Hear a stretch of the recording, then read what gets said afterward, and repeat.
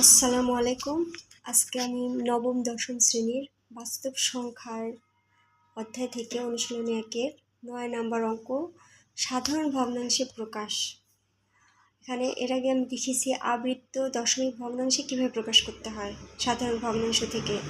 আজকে আমি দেখাবো আবৃত্ত দশমিক ভগ্নাংশ থেকে কিভাবে সাধারণ ভগ্নাংশে পরিণত করা যায়।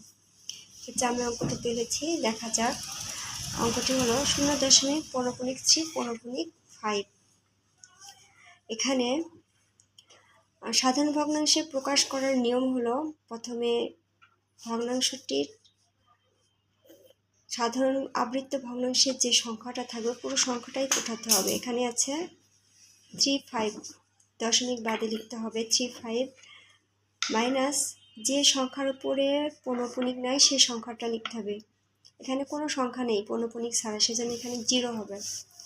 এবং যে কয়টা সংখ্যার উপরে পৌনঃপুনিক থাকবে সে কয়টা 9 নিচে ভাগ অবস্থায় হবে।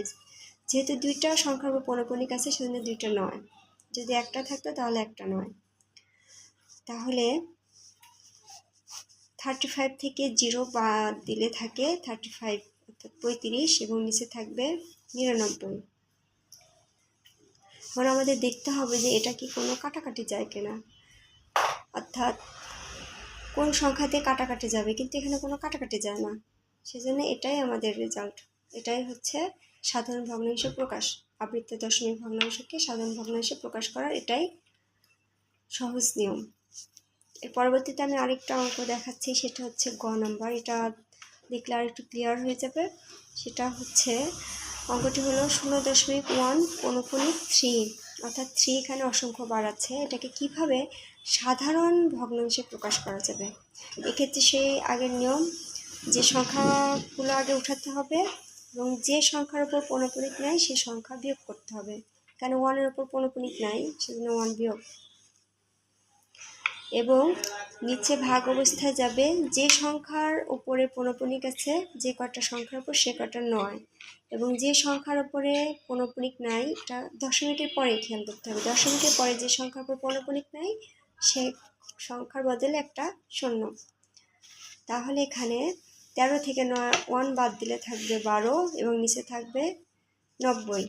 এবার দেখতে হবে কাটাকাটি যায় কিনা, অর্থাৎ কোন সংখ্যা দিয়ে একই সংখ্যা দিয়ে দুইটাকে ভাগ যায় কিনা। এখানে 12 এবং 90 দুইটা যোগ সংখ্যা, তাহলে এদেরকে 2 দ্বারা ভাগ যাবে। 12কে 2 দ্বারা ভাগ করলে হবে 6, 90কে ভাগ করলে হবে 45, অর্থাৎ 6 দুগুণে 12, 45 দুগুণে 90।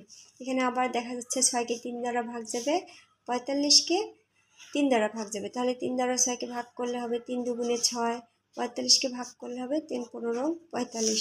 এরপরে আর কোনো কাটাকাটি যাবে না, তাহলে এখানে থাকবে 2/15। এটাই হলো আমাদের সাধারণ ভগ্নাংশ। এভাবে আবৃত্ত দশমিক ভগ্নাংশকে সাধারণ ভগ্নাংশে প্রকাশ করা যায়। এটাই আমাদের অ্যান্সার। এখানে আমার ভিডিওটি শেষ করছি। আসসালামু আলাইকুম।